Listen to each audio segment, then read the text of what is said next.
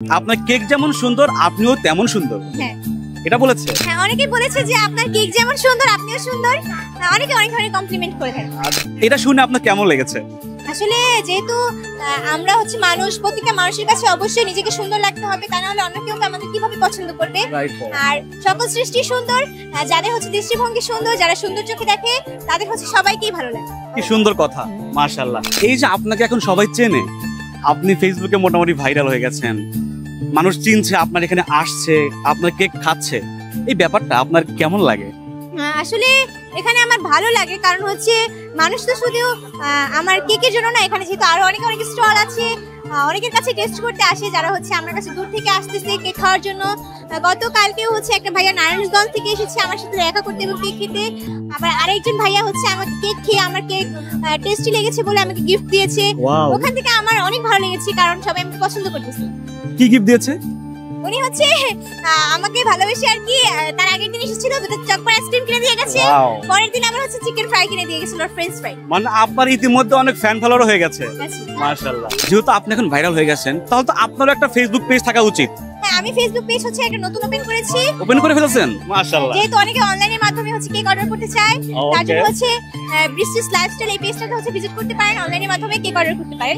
Dhaka and ঢাকার বাইরে যে সাবসিডি আছে ওনারা এসে অর্ডার করতে পারেন। মানে কতদিন ধরে আপনি কেক ব্যবসা এখানে স্টার্ট করছেন? এখানে আসছি আমি আজকে হচ্ছে 9 থেকে 10 দিন হলো। আর এমনিতে নরমালি আমি অনলাইনের মাধ্যমে 2 থেকে 3 বছর ধরে কেক সেল করতেছি। আপনার প্রতিদিন কয়টা করে কেক বিক্রি হয়?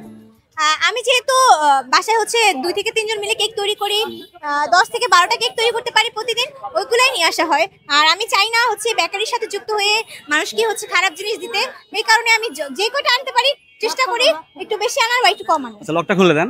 আমি জানি আপনি অনেক টায়ার্ড, আপনি অনেক কথা বলছেন, পাশাপাশি একটা ছোট একটা ঝামেলা হইলো।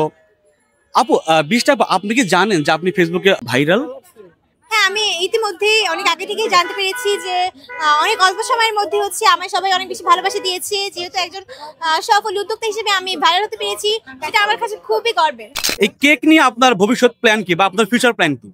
আসলে আমি আমার আশেপাশে যে মানুষগুলো থাকে যারা হচ্ছে আমাকে হিংসা করে বা আমার প্রতি জেলাস হয়, আমি তাদেরকে নিয়ে কখনোই ভাববো না। কারণ আসলে কি বাংলাদেশের মানুষ হচ্ছে কারো ভালো কেউ দেখতে পারে না, যে একটু উপরের দিকে যায় মানুষই চায় তাকে টেনে নিচে নামাতে। হ্যাঁ, এটা হচ্ছে একটা মেন সত্যি কথা। তো আমি চাইবো যারা হচ্ছে এরকম করে তাদের ব্যবসায় হচ্ছে আল্লাহ রিজিক বরকত দেখ, তাদেরও সেল হোক, তারাও যেন চলতে পারে, আমি সেই দোয়াই করব। আর আমাকে নিয়ে যারা এরকম করেন অবশ্যই সেটা থেকে বিরত থাকবেন, কারণ আমি মোটেও ছেড়ে দেওয়ার মতো মেয়ে না।